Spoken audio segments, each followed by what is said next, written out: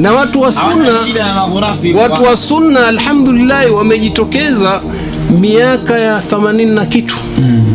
Unaona, haina maana hapakuwepo, kwa sababu kuna baadhi ya mashekhe wetu walianza kuonyesha athari za sunna.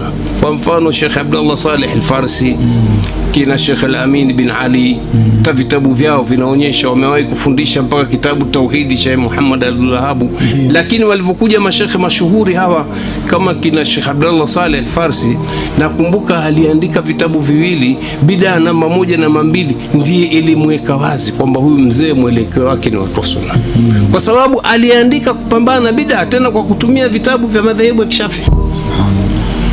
Sasa vijana walipoanza kufunguka kwenda Arabuni, hasa nchi zile zenye Makka na Madina, au utawala wa nchi ile ambao unadhibiti, ambao manhaji ya masomo ni ya Qur'ani na Sunna kwa ufahamu wa wema, kwa salafu saleh, wakaja huku wakaanza kueneza fikra sahihi za mafunzo ya Mtume. Hatuna maana wamekuja kueleza Uislamu kama ulikuwa hupo. Uislamu uliokuwepo ulikuwa umeshachanganywa ima na mila au na matwarika ambayo ya uzushi.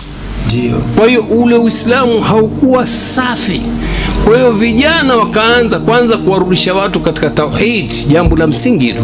Kwa sababu tayari kumeingia mtu anajiita Muislamu lakini ana matendo ya ushirikina. Anaenda kwenye vilingi vya mashetani, anakwenda kuabudu makaburi, wanakwenda kuabudu mizimu. Wewe unajua humu vijijini wanaitwa wale waganga wanaitwa nani wale, sijui Ramba. Watu wakachangishwa pesa, wakaambiwa eti watafuta chai hapa na nini, wanatapeliwa. Lakini wanaitakidi kwamba yule mtu ni mtu special, anapambana ni